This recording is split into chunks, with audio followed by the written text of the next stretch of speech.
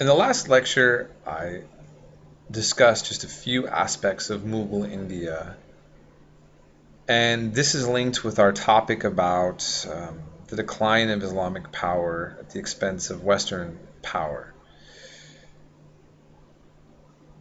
Now, we learned about Vasco da Gama being the Portuguese sailor and merchant to tap into the Indian Ocean trade. For the Indian rulers, they were not really clear about how to view the intent of European merchants or what this would imply politically. India had a tradition of invaders coming from the land, usually from the north, and so they weren't really seeing this as imperialistic at the time. And then also what made it a little bit more confusing for the rulers is that the Portuguese, the British, the French, and the Dutch all had the main agenda of trade, but they also had different methods and different types of emphasis on their agenda. So the Portuguese did want to spread Catholicism, but the English and the Dutch were less interested in making religion, the spreading religion as a priority, especially the Dutch were least interested.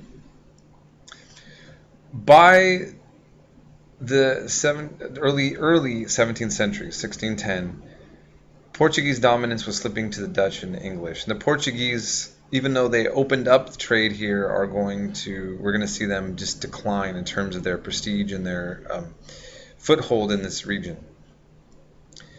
The British are going to fight France, and eventually, by the mid 18th century, they're going to conquer all of France's possessions and really dominate this part of the world, while the Dutch end up taking control of Indonesia and Malaysia, and that lasts all the way to modern times. Okay, so you'll have Dutch colonies here in what is now Indonesia. And so this is what we're seeing in terms of trade. Now, why did Europeans want to take this route in the first place? Well, let's take a look here. Europeans had access to the Mediterranean Sea, and they had no access to the Indian Ocean, right? There was no Suez Canal here to cut through. And the majority of the Mediterranean, if you look, was dominated by the Ottoman Empire, the Islamic world. So, and really, they didn't have the ability to kind of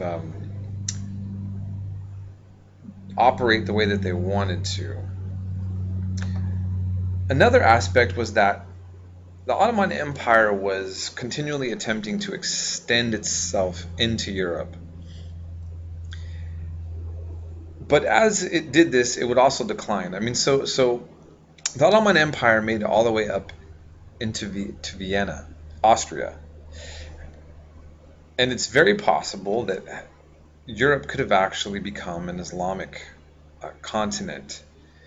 But the Battle of Vienna, which there were more than one, basically we have about 300 years of conflict. And so the Turks were a feared people. The Ottoman Empire was feared by the Christian West. You can even see in the language of some of German, a Turkenglocken, which is Turkish bells, that's a place for praying for protection, or a Turkensane, to act like a barbarian, was to be Turkish. And so there's also kind of an irony now, just to think that since World War II, Germany used a lot of Turkish labor to help rebuild the country, and now many of the Turks want to stay, and there exists a lot of racism against Turks in Germany now, and so you have what happened, post World War II, and you also have this kind of legacy about thoughts about Turkey within Germany and Austria as well, from all the way back then.